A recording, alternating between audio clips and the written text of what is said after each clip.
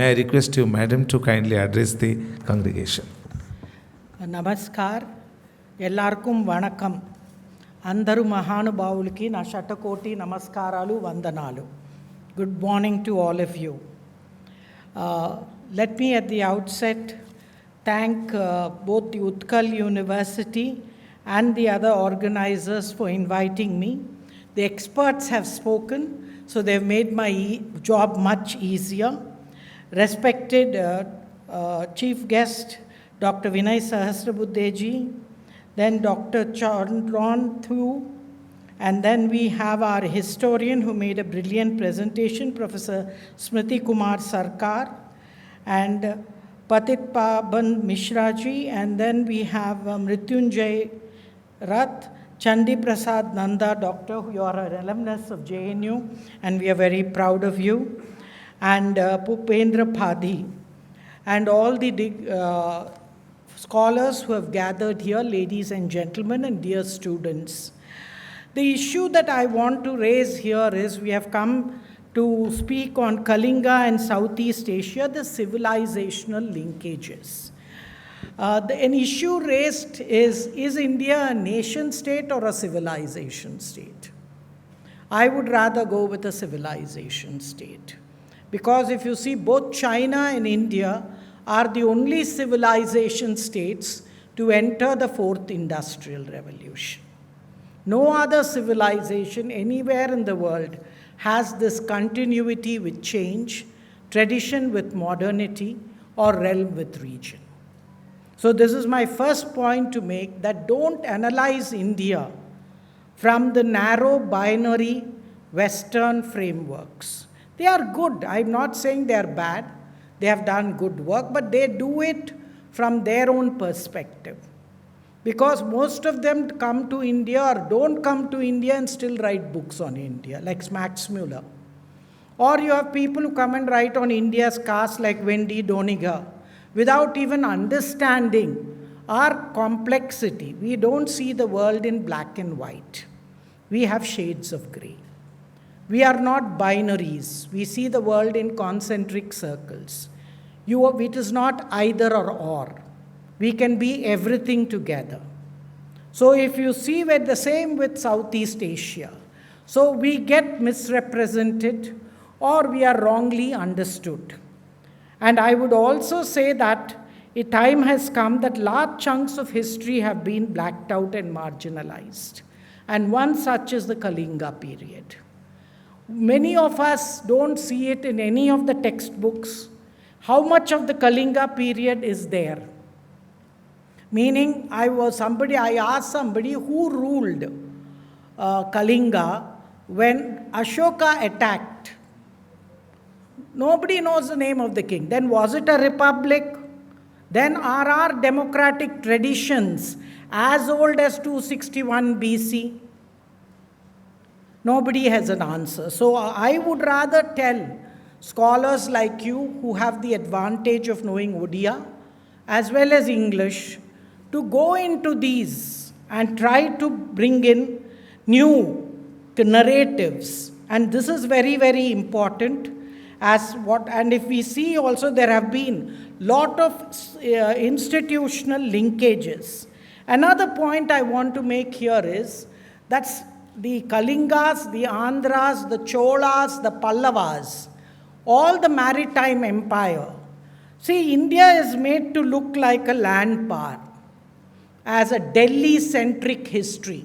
If you read NCERT textbooks, which we are now, I hope, making a change, but many people are alleging so many things. We are only filling up gaps. And I, who come from Tamil Nadu, feel very marginalized by that history. Because I never knew the Mughals were defeated by the Ahom dynasty for 17 times. And I am a student of history. I got my degree in history, BA history. And that is the level at which we teach our histories. And my university has been very good at it. Because for them, interpretations are sacred. Facts can vary. Whereas the definition of history by E.H. Carr is facts are sacred, interpretations can vary. And I think it is high time. And after 2014, there has been a paradigm shift. I don't think the electoral victory is there, the political climate is there, but the intellectual ecosystem need to develop. And this is extremely important because history cannot be sacrificed at the altar of political calculations. And this has happened where you have erased even Kalinga history. Here I would like to make certain points, what was also made by our Cambodian friend, that there is architectural similarity between the Angkor Wat and the temples in Odisha or Kalinga. Has anybody done deep study? Do we even mention it in any of our textbooks? Or even the idea of ritual-political diplomacy. See, these kingdoms, whether Kalinga, Chola, Andhras, or anybody, did not follow the route of rape, plunder, genocide, which we think we should normalize. But rather, they had a ritual-political, it was trade, commerce, and culture.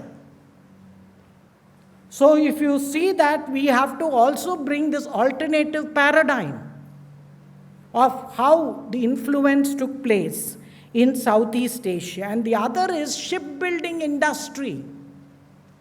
I think when the Europeans and the Americans didn't exist or were picking up stones, we had such, civilizations who had technology, which was so good. Because not only it went with the wind, not only they had a war armada, but also trading ships. So it was soft power with hard power and hence smart power. So are we trying to change these narratives?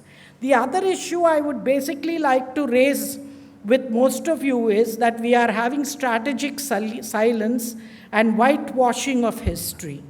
Acrimony to the present, which identifies the invader as the victor. We have named most of our places after the name of the conqueror and the victor, not with the names of our great kings and dynasties. And I would like that this has to be changed because the myth of defeated societies has to go away. We are not taught what we have won. We are taught what we have lost. And hence, this type of a mentality needs to be changed, and I think this is a good opportunity. The topic is very good. I think scholars have to make paradigm shifts. Do not create ghosts. No compromise on facts. And this is very important. And I would only end by saying that the maritime history of Orissa and its significance to India's foreign policy is extraordinarily important. As the Prime Minister himself highlighted the Bali Yatra during the address to the Indian diaspora in Bali on the sidelines of the G20 summit, these roots and these narratives have to be brought back. And please remember that not only did India create an alternative trade route and brought in the importance of capturing islands and also the land route to the Isthmus of Kara and the Gulf of Siam, which we did with the Angkor kings. Do most of you know that both Suryavarman I donated his chariot with which he defeated many kings in Southeast Asia to Rajendra Chola? And so did Suryavarman II. So they gave each other gifts. And do you know in Nagapatnam, there was a Buddhist vihara built in honor of these kings. And they built temples. That is why I call it ritual political diplomacy. And here we have to remember that Balinese Hinduism. I think another thing people in the name of secularism, what Professor Sarkar rightly, we are very, very shy to say anything is Hindu. Hindu is, if Christian can be secular, Muslim can be secular, everything else is secular except Hindu. Hindu is not a religion, it's a way of life. Buddhist also. My question is, it's a geographical term that comes from the Hind Mahasagar. And if you know, it is not the name later given by the Arab traders, but first it was found in the Vishnu Purana. If you read it, Vishnu Purana says the land between the Himalayas and the Hind Sagar. So why are we so, shy and reluctant? Is it out of ignorance or an inferiority complex? So my question is, historians have a great duty as well as intellectuals, and I would say that the way forward is that Odisha's Kalinga heritage holds immense significance in India's cultural diplomacy to its relationship with Southeast Asia and Sri Lanka. Recently, the Sri Lankan president was in India, and if we want to have better relations with Sri Lanka, it is the cultural relations. The Sinhalas claim their origins from Kalinga or Odisha. By celebrating events like Bali Yatra, India renews its commitments to fostering cultural exchanges, trade partnerships, and diplomatic relations with Southeast Asian nations, bolstering the spirit of cooperation and collaboration in the region. Policymakers need to take a keen interest in promoting and creating awareness of the ancient maritime heritage among the public, especially I hope in the new curriculum framework we are bringing in. Do most of you know that the Marathas also had excellent naval power? We don't know that. Kanoji Angre. Most of us don't even know and see the forts at Jaljira or anywhere in the coast. Do you know they are hidden when there is high tide? And they come up late. So this is also an architecture. And I think this we have a long way to learn, and especially recognizing and promoting Kalinga's maritime heritage can significantly contribute to India's cultural ties with Southeast Asia and its cultural diplomacy in the Act East policy of our Prime Minister. The promotion of Kalinga's heritage can attract heritage tourism to the region, boosting the local economy and cultural exchanges. I would request all of you that locally we should make these, especially you have some of the most wonderful temples, especially the Sun Temple. And this temple, I was told that the sun literally was suspended by magnets. Somebody showed me a 3D. So I think all this technology need to be brought out. And by exploring and documenting and educating this heritage, we can bridge the gap of ignorance and foster stronger cultural ties, benefiting the present and future generations. And I think this is extraordinarily important.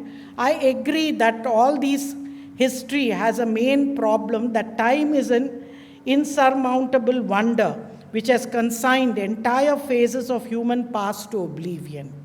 Lack of material evidence, absence of written sources, disappearance of oral histories and memories may conspire to push stretches of the human past to the dark ages or create gaps or breaks. Legends and myths that comply with or resist power structure evolve out of combinations of myriad life streams and innumerable tales of generations.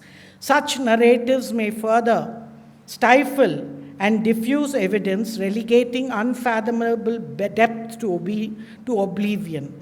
The illuminations of research would be disjointed, even fail to reckon. So I would agree that there are issues, but still there are scholars, as Professor Sarkar rightly said, if scholars do think out of the box and do look into new evidences. I'm not again saying that Western sources are bad. I'm only saying is, don't think they are the only sources and the last word in writing historiography. I think Indian women historians should write her story rather than his story, and that will greatly change the way because I think India is a great feminist civilization. Feminism did not begin with Karl Marx. It began with our goddesses. Who are the most powerful goddesses in Indira's cabinet? You all know it. Saraswati, the goddess of knowledge. You have Lakshmi, the goddess of wealth, and you have Parvati or Durga, the goddess of power. Today, you all quote Michael Foucault because it's fashionable. What did he say? Power is knowledge. We said it long back. And it is with women. And I would call Draupadi the first feminist, Sita the first single mother, and Kannagi as the first citizen activist. And I request all of us, we need to create these narratives at the university systems. Universities need to construct narratives, ecosystems that will help the resurgence of this civilizational linkage and restructuring the architecture of India as a civilization state. Thank you. Jai Hind.